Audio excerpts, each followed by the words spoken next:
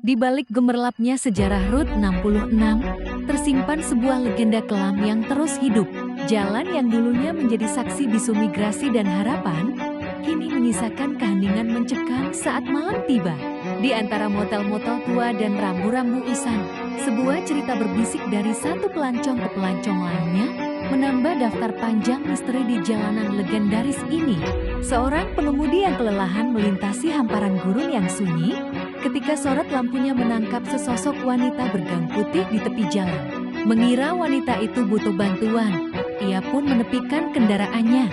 Saat ia menurunkan kaca jendela, wanita itu menoleh perlahan.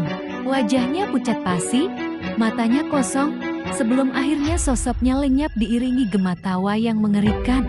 Jantungnya berdebar kencang, ia segera menginjak gas, mencoba melarikan diri dari teror yang baru saja dialaminya. Namun, melalui kaca spion, ia melihat sosok itu lagi, kini dengan wujud yang lebih menakutkan, seolah mengejarnya dalam kegelapan. Meski akhirnya berhasil lolos, pengalaman itu membekas selamanya. Legenda baru pun lahir di antara runtuhan Route 66, mengingatkan siapapun yang melintas bahwa beberapa arwah masa lalu menolak untuk pergi. Kabar angin yang beredar dalam talian dan di forum-forum mula membicarakan tentang penampakan hantu yang menakutkan di Route 66, Amerika Syarikat. Seorang penyiasat paranormal yang tertarik dengan desas-desus ini tiba di lokasi tersebut, bertekad untuk menyiasat kebenaran di sebalik legenda kuntilanak yang dikatakan telah muncul di jalan bersejarah itu. Penyiasatan dimulakan dengan menemu bual seorang pelayan di restoran lama. Dia menceritakan kisah-kisah daripada para pengembara yang ketakutan setelah melalui jalan tersebut pada waktu malam. Berbekalkan maklumat itu, penyiasat tersebut memasang kamera pengawasan dan pengesan pergerakan di sepanjang laluan yang dianggap paling berhantu, berharap dapat merakam sebarang bukti. Pada kemuncak malam, dia coba memancing entiti itu keluar. Tiba-tiba, kuntilanak muncul dengan tawa ngerinya yang mengganggu semua peralatan elektronik sehingga rusak. Kamera sempat merekam satu bayangan kabur sebelum isyaratnya terpadam sepenuhnya.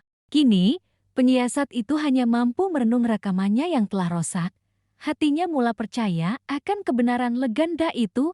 Sebuah klip audio terakhir yang harut kedengaran, memainkan semula tawa kuntilanak yang menyeramkan itu. Di perpustakaan yang remang-remang, tumpukan buku dan artikel tentang mitos Asia Tenggara berserakan di sekitar seorang penyelidik paranormal. Dia menghela napas frustrasi, misteri kuntilanak masih belum terpecahkan. Namun, sebuah secari kertas tua menarik perhatiannya, nama seorang pakar cerita rakyat Indonesia yang tinggal tidak jauh dari situ. Bertemu dengan Pak Budi, seorang pria tua bijaksana. Kuntilanak sering kali terikat pada suatu tempat karena trauma masa lalu atau benda yang hilang, jelasnya lembut. Pak Budi lalu menunjukkan sebuah foto usang seorang wanita muda yang menghilang secara misterius di area tersebut puluhan tahun lalu. Malam itu, dan Pak Budi kembali ke jalanan yang sepi itu, membawa sesajen bunga dan kemenyan. Saat mereka memulai ritual, angin dingin tiba-tiba berembus kencang, dan lampu mobil mereka mulai berkedip-kedip tak menentu. Tiba-tiba, tawa melengking yang familiar terdengar dari kegelapan di sekitar mereka, lebih dekat dan lebih jernih dari sebelumnya. Malam mencapai puncaknya, membawa serta keheningan yang mencekam.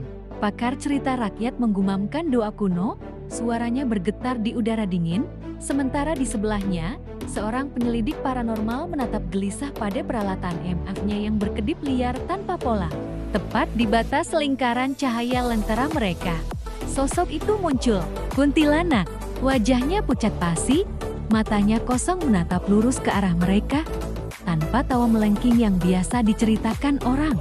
Sebuah visi tragis menyambar kesadaran sang penyelidik saat tangannya menyentuh selembar foto wanita yang hilang. Dia melihat wanita itu berlari ketakutan di jalan setapak yang gelap, dikejar oleh sorot lampu mobil yang ganas. Kembali ke masa kini, sosok kuntilanak itu mengangkat tangannya yang kurus, menunjuk ke satu titik di tanah, di pinggir jalan yang terlupakan. Dengan napas tertahan, keduanya mendekati lokasi yang ditunjuk. Tangan sang penyelidik yang gemetar menggali tanah yang lembab, merasakan sesuatu yang keras dan dingin. Sebuah liontin tua yang setengah terkubur, identik dengan yang dikenakan wanita dalam foto itu, kini tergenggam di tangannya. Misi mereka kini telah berubah. Mereka tidak lagi hanya berhadapan dengan arwah penasaran, tetapi dengan roh yang menuntut keadilan atas tragedi yang menimpanya. Kamera perlahan mendekat, fokus pada Liontin berkilau di telapak tangan penyelidik, menjadi saksi bisu dari sebuah kisah yang belum usai. Pencarian kebenaran pun dimulai. Berbekal Liontin tua, seorang penyelidik dan pakar spiritual mendatangi arsip kota. Di antara tumpukan dokumen usang, mereka menelusuri laporan lama dan artikel koran yang sudah menguning, mencari petunjuk tentang kasus orang hilang atau kecelakaan yang belum terpecahkan yang mungkin terkait dengan legenda itu. Akhirnya, secercah harapan muncul. Sebuah artikel usang menceritakan kecelakaan tabrak lari puluhan tahun lalu di Route ke-66. Korbannya adalah seorang wanita muda tak dikenal, namun deskripsi fisiknya dan liontin yang ia kenakan sangat cocok. Nama wanita itu akhirnya terungkap, memberikan identitas pada arwah yang selama ini hanya dikenal sebagai kuntilanak. Di tepi Route 66 yang sepi, mereka meletakkan karangan bunga dan liontin itu di sebuah penanda sederhana. Di kejauhan, sosok arwah kuntilanak muncul, kali ini dengan senyum tipis yang damai. Ia menundukkan kepala sebagai tanda terima kasih sebelum perlahan memudar menjadi cahaya yang lembut. Kini, arwah itu telah menemukan kedamaiannya. Penyelidik dan pakar itu memandang ke jalan yang kini terasa tenang. Legenda menyeramkan kuntilanak telah berakhir, digantikan oleh kisah keadilan yang akhirnya ditemukan.